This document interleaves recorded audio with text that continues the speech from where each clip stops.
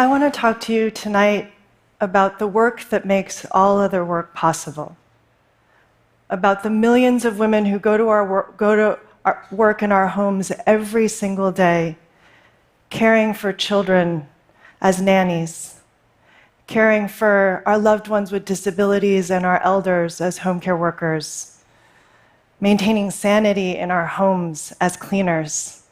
It's the work that makes all other work possible. And it's mostly done by women, more than 90% women, disproportionately women of color. And the work itself is associated with work that women have historically done, work that's been made incredibly invisible and taken for granted in our culture. But it's so fundamental to everything else in our world. It makes it possible for all of us to go out and do what we do in the world every single day, knowing that the most precious aspects of our lives are in good hands. But we don't think about it that way. It's almost defined by its invisibility. You could go into any neighborhood and not know which homes are also workplaces. There's no sign, there's no list or registry. It's just invisible. And it's this work that is not even referred to as real work. It's referred to as help. It's often seen as unskilled, not seen as professional. And race has played a profound role in how we value this work in our culture. Some of the first domestic workers in the United States were Black women who were enslaved, and racial exclusion has shaped their conditions for generations. In the 1930s, when Congress was discussing the labor laws that would be a part of the New Deal that would protect all workers, Southern members of Congress refused to support those labor laws if they included protections for domestic workers and farm workers. That history of racial exclusion and our cultural devaluing of work that's associated with women now means that millions of women go to work every single day, work incredibly hard, and still can't make ends meet.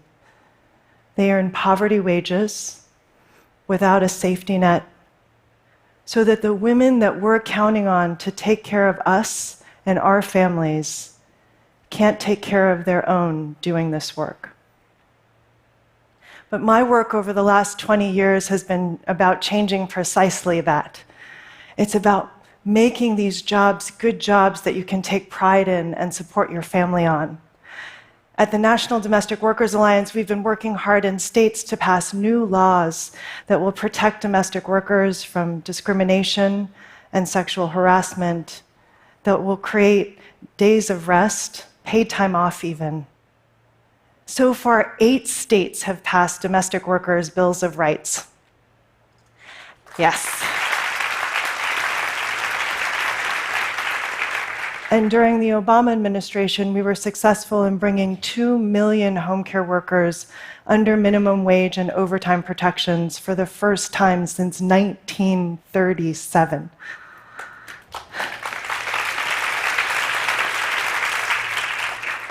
Most recently, we've been really excited to launch a new portable benefits platform for domestic workers called Aaliyah, which allows for domestic workers with multiple clients to give them access to benefits for the very first time. So really important progress is being made. But I would argue tonight that one of the most important things that domestic workers can provide is actually what they can teach us about humanity itself and about what it will take to create a more humane world for our children. In the face of extreme immorality, domestic workers can be our moral compass. And it makes sense because what they do is so fundamental to the very basics of human need and humanity. They are there when we are born into this world. They shape who we become in this world, and they are with us as we prepare to leave this world. And their experiences with families are so varied. They have some relationships with the families that they work for that are incredibly positive and mutually supportive and last for years and years. And then the opposite also happens. And we've seen cases of sexual violence and assault, of extreme forms of abuse and exploitation. We've seen cases of human trafficking. Domestic workers live in poor neighborhoods, and then they go to work in very wealthy ones. They cross cultures and generations and borders and boundaries, and their job, no matter what, is to show up and care, to nurture, to feed, to clothe, to bathe, to listen, to encourage, to ensure safety, to support dignity, to care no matter what. I want to tell you a story of a woman I met early on in this work. Her name is Lily.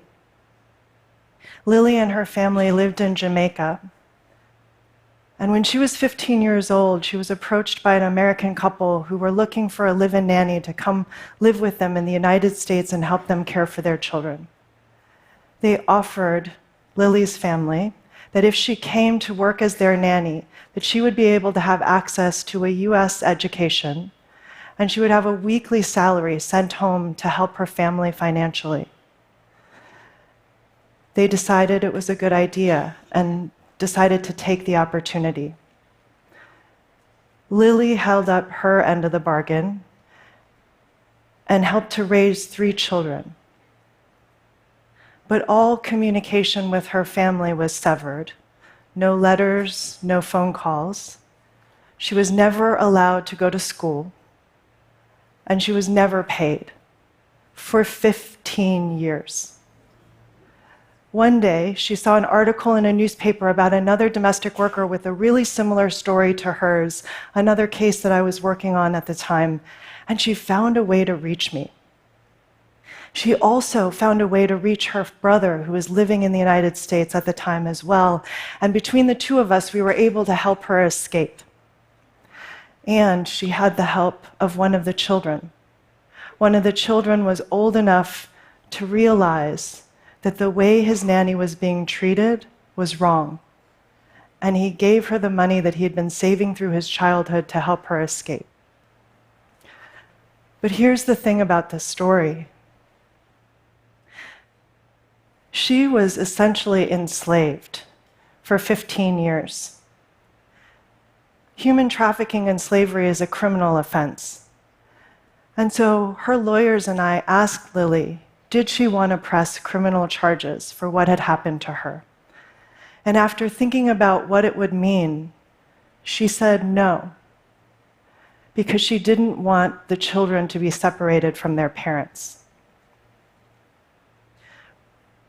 Instead, we filed a civil lawsuit, and we eventually won the case.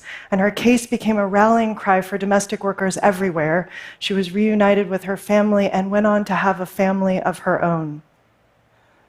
But the thing that's so profound to me about this story is, despite having 15 years stolen from her life, it did not affect the care and compassion that she felt for the children.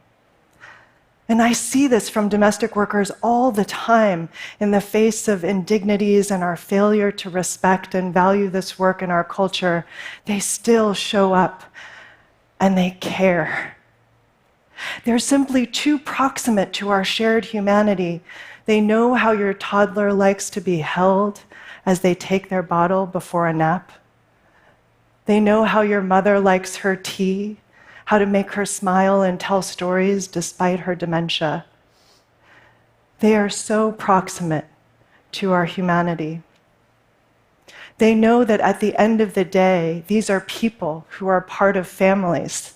Someone's mother, someone's grandmother, someone's best friend, and someone's baby. Undeniably human, and therefore not disposable. Domestic workers know that any time a single person becomes disposable, it's a slippery slope. You see, the cultural devaluing of domestic work is a reflection of a hierarchy of human value that defines everything in our world. A hierarchy that values the lives and contributions of some groups of people over others, based on race, gender, class, immigration status, any number of categories. And that hierarchy of human value requires stories about those groups of people in order to sustain itself. So these stories have seeped deep into our culture about how some people are less intelligent, some people are less intuitive, weaker, by extension, less trustworthy, less valuable, and ultimately less human.